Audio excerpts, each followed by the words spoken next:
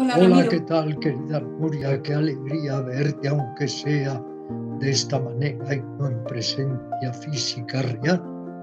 vamos a seguir con este tercer encuentro sobre grandes maestros y me gustaría saber cómo conociste a Saladisa. Otra de las grandes figuras del budismo original. Con Salatisa tuve también una conexión muy estrecha. Cuando encuentro un maestro que tiene realmente algo serio, veraz que ofrecernos, no me vuelvo tan pesado, querida Nuria, como el que se enamora apasionadamente de otra persona y ya no la suelta. Cuando encuentro un maestro así, y he encontrado muchos afortunadamente, ya no le suelto. Esto sucedió con Sadatisa, que incluso algunos de sus reportajes fabulosos sobre la meditación los he incluido como un apéndice en algunas de mis obras.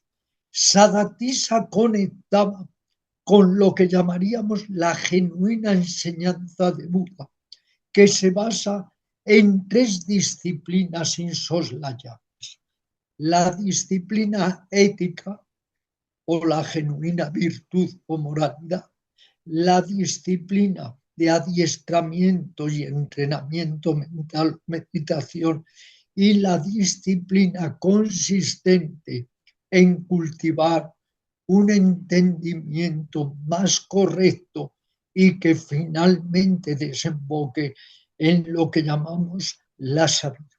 Sadatisa en este sentido era un genio. Él mismo era un monje de muchos años de experiencia que había vivido a fondo la meditación, sus inconvenientes, sus excelencias, sus ayudas, sus desayudas, lo conocía todo. Entonces aproveché para una y otra vez sacarle la mayor información posible, incluso vivencial. Y conseguimos también publicar en castellano una introducción al budismo que era precisamente escrita y muy bien escrita, sintética y muy directa, de Salatisa. Tengo que decirte, Nuria, porque es de justicia, que en esos años, cuando había una distancia enorme entre España y las verdaderas técnicas orientales de autorrealización, tuvimos que hacer un trabajo realmente impresionante para poder, por un lado, impartir las enseñanzas, siempre amenazados por un régimen totalmente dictatorial que de alguna manera nos impedía conectar, quería impedirnos conectar con la genuina enseñanza del yoga, del budismo, del hinduismo, del sufismo, etcétera, porque era una España muy cerrada y sobre todo muy entre politicastra y eclesiástica. Tuvimos que hacer ahí un gran esfuerzo para tratar de conectar con las auténticas enseñanzas, para empezar a conseguir libros que Almudena Urie los tradujera y luego encontrar, que tampoco era fácil, una editorial que publicara todas estas obras. Pero por fortuna, en esos años de gran esfuerzo de investigación en este sentido, fuimos consiguiendo obras y enseñanzas muy valiosas que finalmente pudimos publicar, y que quien se lo proponga a través de las redes puede conseguir muchos de estos libros. Fundamos varias editoriales o colecciones en editoriales de estos temas. Por ejemplo, dirigí una colección fabulosa que por los libros todavía están por ahí, se pueden conseguir, que se llamaba Nirvana. Y bien, volviendo a Salatisa, pues de él aprendí todo aquello de que cuanto más conocemos a Buda, más le amamos. Cuanto más le amamos, más le conocemos. Aquello de tú eres tu propio refugio, ¿qué otro refugio puede haber? Aquello de que la atención es la real lámpara de la mente. Aquello de espéralo todo de ti mismo. Salatisa fue para mí un gran maestro porque era un maestro directo, de estos que no tiene ego, ni se jacta, ni quiere nunca evidenciarse como algo especial, un maestro real. He tenido la fortuna, sobre todo entre los mentores de Sri Lanka o mentores budistas, de encontrar personas muy sabias que nunca alardeaban de su sabiduría, ni jamás, claro, se presentaban como iluminadas o realizadas, como hay tantas personas o autores o falsos profetas hoy en día que alimentan su narcisismo y recurren a toda suerte de mentiras y falsas promesas. Pues sí, ha sido un suertudo. ¿Cuándo tuviste la oportunidad de entrevistar a Sachidananda?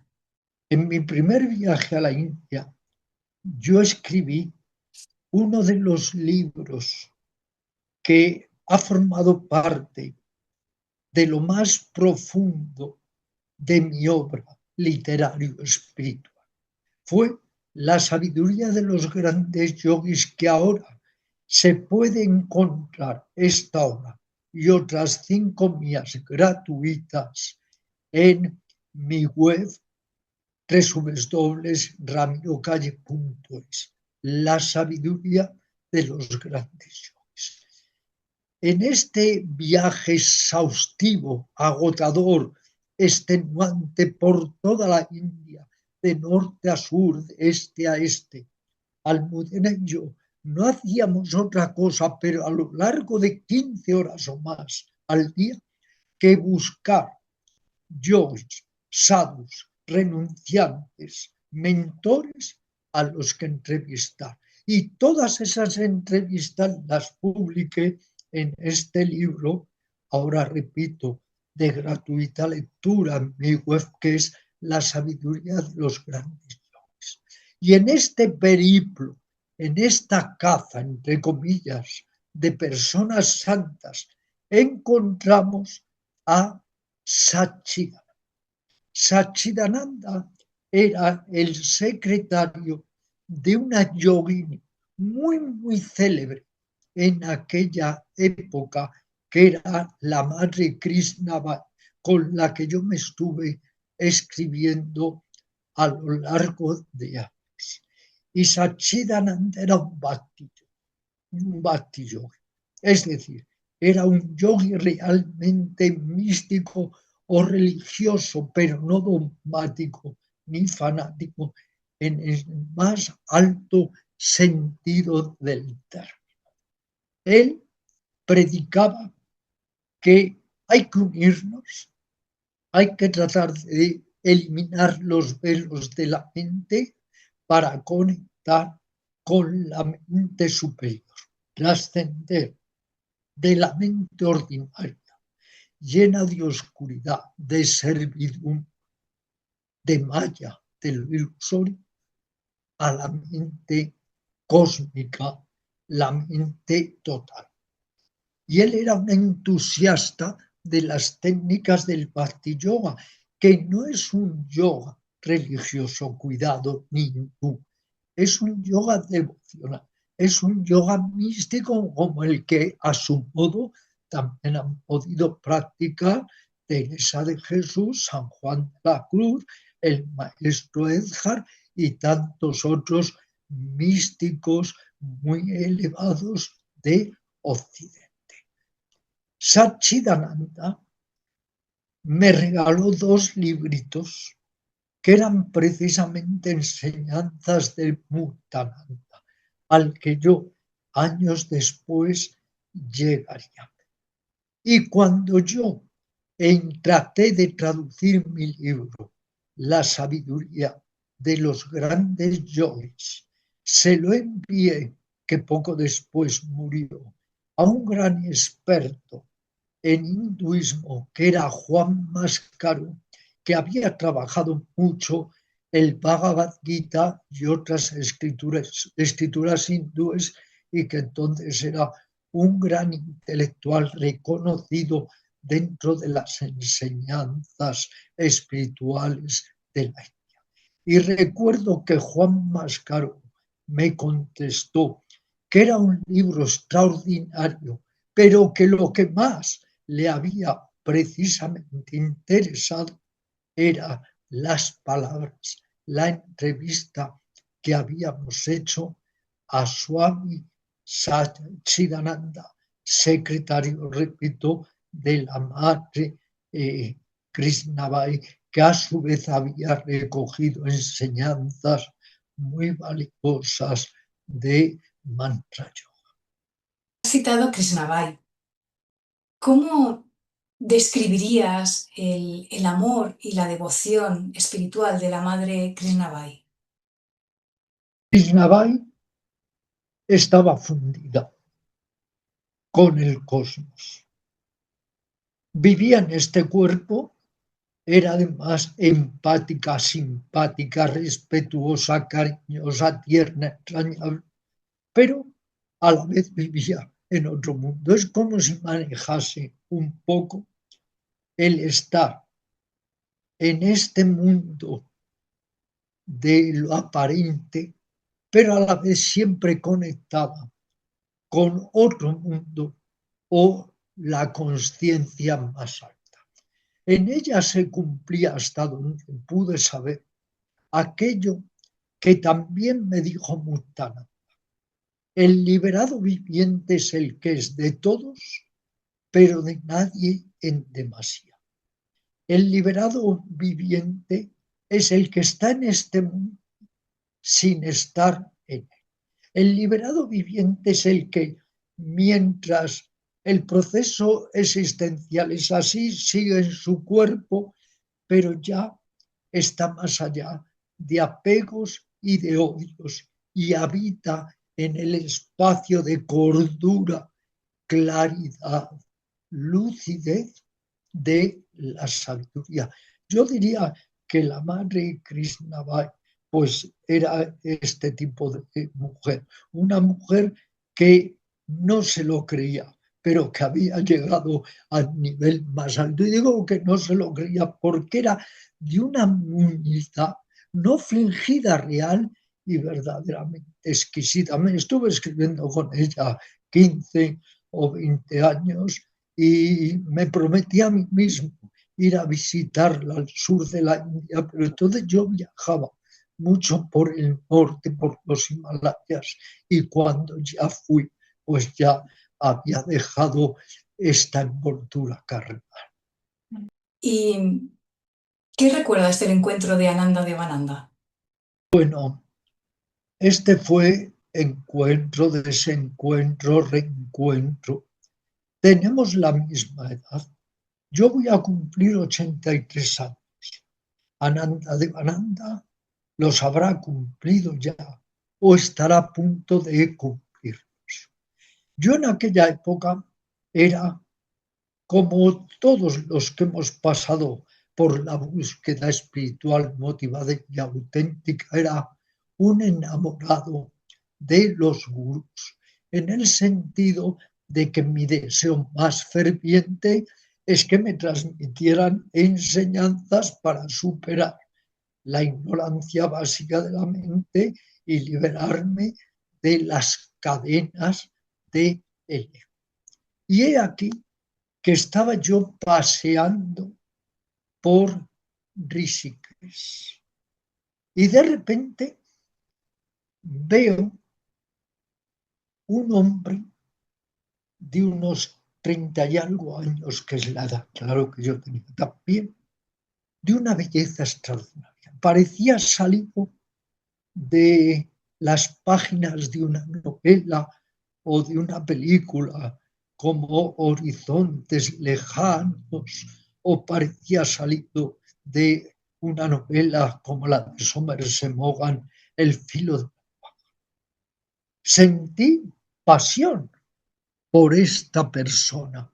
Era tan bello, tan erguido, tan impecable en su vestimenta, que comencé a seguir. Era un swan de la orden de Saraswati. Y fui siguiéndole y me acerqué a él y le dije, quiero hacerme una foto con usted. Y me repuso, ¿para qué quieres una foto? Y dije, simplemente para el recuerdo. Fue arisco al principio, pero el amor todo lo puede. Y yo le irradiaba tanto amor que entonces me invitó a que fuera a su ermita al lado del Ganges, en una zona de Rishikesh que se llama Swaharran, y allí estuvimos hablando. Recuerdo que hablamos del prana, de Kundalini, de los chakras, y le estuve visitando 3 o 4 días y practicando meditación con él. En años sucesivos volví a visitarle y volví a tomar mucha información de él.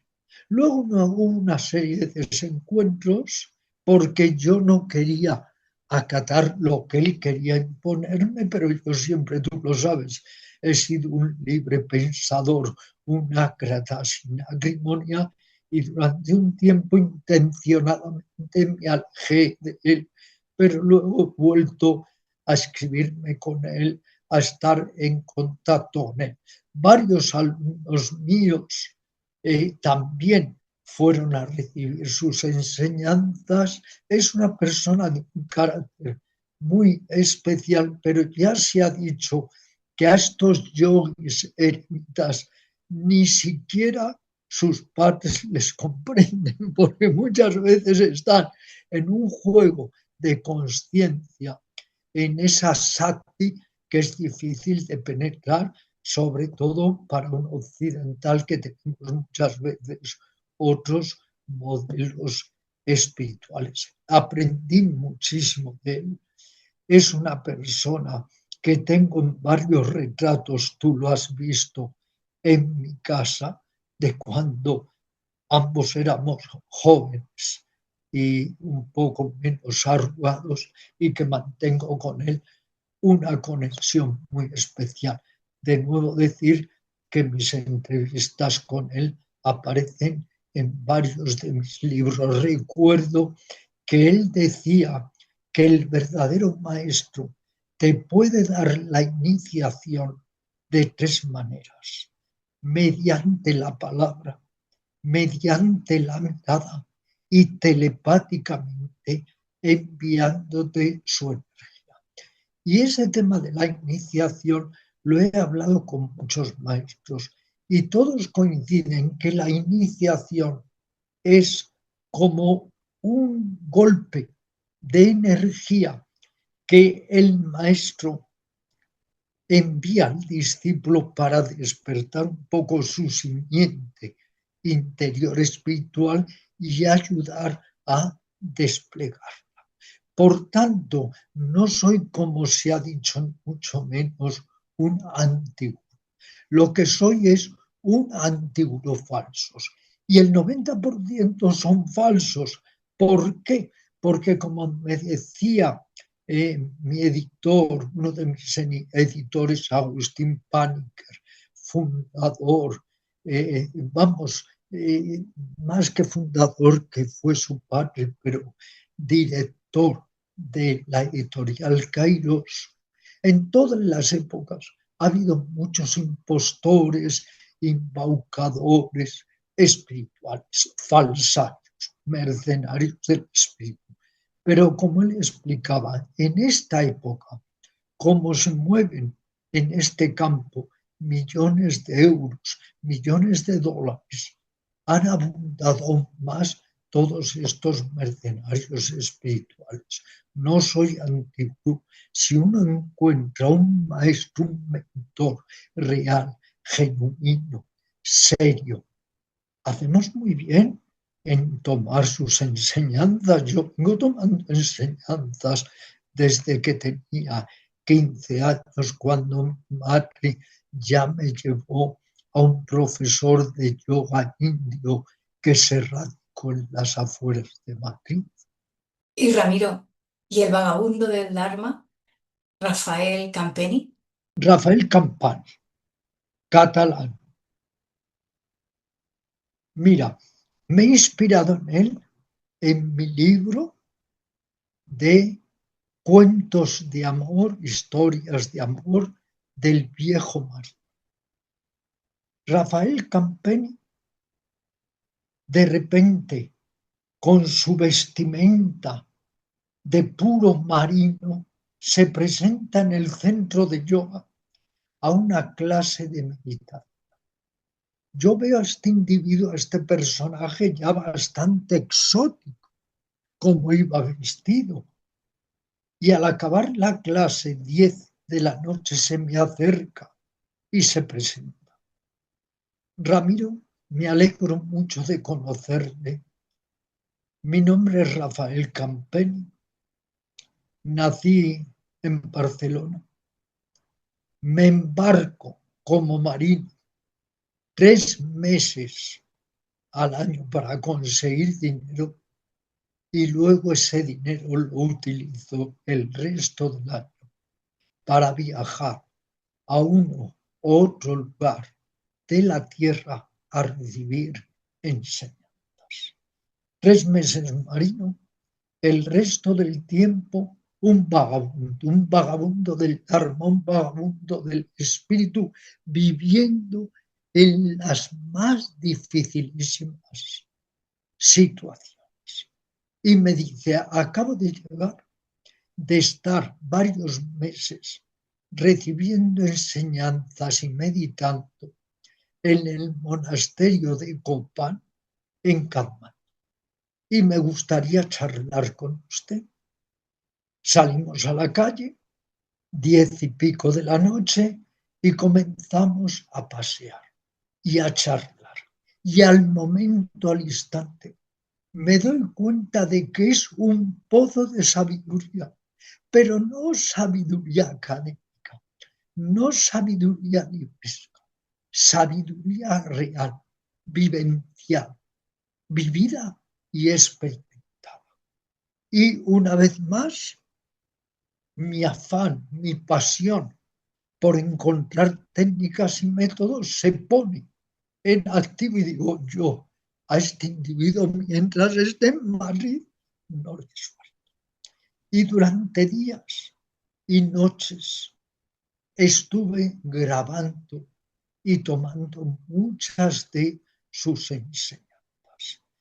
En ese momento él vivía en una especie de ático semiderruido en el centro de Madrid, que le costaba 3.000 pesetas de entonces y que era una ruina donde vivía. Durante 15 años, me confiesa, ha vivido en París buscando enseñanzas y atendiendo a escritores parisinos espirituales y ordenando la biblioteca de ellos. Ha vivido en casas en construcción y para alimentarse se adentraba furtivamente por las mañanas en los hoteles parisinos y aquello que había sobrado en las bandejas del desayuno de otros le alimentaba. Llevaba en Madrid muy poco tiempo y se alimentaba de sangre que compraba en alguna casquería, porque tenía solo 3.000 pesetas para vivir. Paseábamos mucho y me acuerdo que íbamos por la calle, había unos zapatos ahí tirados, abandonados.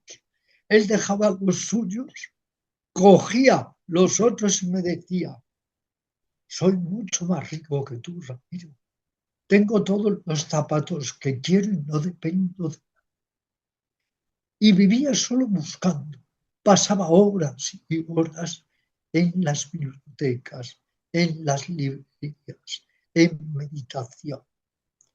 Había conocido a un escritor célebre en estos temas en París, seguidor de Gurdjieff, al que le ordenaba la biblioteca. Y me fui dando cuenta, Nuria, de que este hombre era una enciclopedia espiritual viviente y más. Y me contó toda su vida, impresionante, cómo desde niño ese afán de libertad y de búsqueda le llevó a irse de su casa y recorrer medio mundo para iniciarse en todo tipo de enseñanzas. Y así estuvimos 15 o 20 días. Era de una educación exquisita. Donde quiera que yo le llevaba y le llevaba a todas partes, destacaba por su saber estar y su sabiduría, aunque todas las prendas que llevaba eran recogidas en la calle y eran muy pobres, pero su prestancia era como un sol que lo iluminaba. Partió, un día se fue y pasados unos meses que me llama Almudena y me dice, estaba yo en el centro, yo alzada, me dice: Ramiro, te voy a dar una gran sorpresa. ¿Sabes quién está aquí? Digo: no, no me imagino. Me dice: Rafael Campello. El corazón me empezó a latir a 120, la ilusión, el querer verle y el seguir tomando enseñanzas. Y durante 2 o 3 semanas se quedó en la casa que teníamos entonces, Almudena y yo. Y él había vuelto con una especie de, no especie, una raza de perrito muy parecido al Milú. Creo que así se llamaba, de Tintín, el personaje de los cómics. Y estuvimos conviviendo entonces 15, 20, 30 días. Almudena nos dejaba hablar toda la noche. Yo le ponía cintas, tomaba notas. Allí estaba desfallecido ya el perrito y todos los días clareaba el día, nos daba el amor. Y de repente un día, así son estos vagabundos del Dharma, por eso son vagabundos, así son estos grandes buscadores de la verdad. Un día se despidió, dejó la maleta en casa, se llevó al perrito y se despidió. Nunca más volvimos a saber de él. Yo emprendí una búsqueda, como no te imaginas, entre los vagabundos de Madrid a ver si le localizaba. Y curiosamente, cuando yo decía los vagabundos de Madrid, Rafael, el que se fue a la India, me decían: ah, sí, Rafael, se fue a la India, pero no hemos vuelto a saber de él.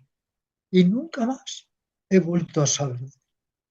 Le he dedicado obras, le he tomado como personaje de inspiración en determinadas obras, he expandido al máximo sus enseñanzas, que lo aseguro, son únicas, pero supongo que como me sacaba años, él ya está en otra dimensión, esperándome para fundirnos en un gran abrazo. El marinero catalán, vagabundo del Dharma, Rafael Campeni. Solo, querida Nuria, he encontrado dos personas en este mundo que han conectado con su ser interior, siendo dichosas sin tener absolutamente nada. Y son Babaji Sivananda de Benares y Rafael Campeni, un indio y un español catalán. Y ambos han encontrado tanta riqueza interior que no necesitaban absolutamente nada del exterior para sentir eso que tú y yo llamamos en el yoga Ananda o Santosa, la dicha del alma. Y por último, Ramiro, si pudieras preguntarle a uno de ellos alguna pregunta a día de hoy, ¿qué le preguntarías? Al día de hoy ya no les preguntaría nada. Al día de hoy me sentaría con ellos a meditar o daría un paseo por el campo o juntos acariciaríamos a mi gato o a los gatos que todas las noches alimento. Al día de hoy estaríamos más allá de las preguntas. Al día de hoy seguiría esa enseñanza de Buda que decía en altos temas del Dharma o la espiritualidad: el que pregunta se equivoca, el que responde se equivoca, porque la esencia de la enseñanza está mucho más allá de los conceptos, las ideas y las palabras. Por eso tenemos que tratar, como digo en mi novela El Fakir, de conectar con la inteligencia primordial. Muchas gracias, Ramiro. Nos vemos pronto. Es un verdadero placer siempre el que podamos hablar, entrevistarnos, conversar y que sigamos haciéndolo, aunque sea por Zoom, hasta que podamos reunirnos en persona. Muchos besos, muchos abrazos. En las palabras de Ramiro Calle, aún viven las voces de aquellos maestros que lo acompañaron: Salatisa, Satchidananda, Rafael Campeni, Madre Krishnabhai, Anandadevananda, entre otros, presencias que sembraron en él una semilla de luz y entrega, hombres y mujeres que hicieron del silencio un lenguaje, de la humildad una enseñanza y de la consciencia un modo de vivir, la sabiduría que pasa de corazón a corazón, de mirada a mirada y de maestro a discípulo.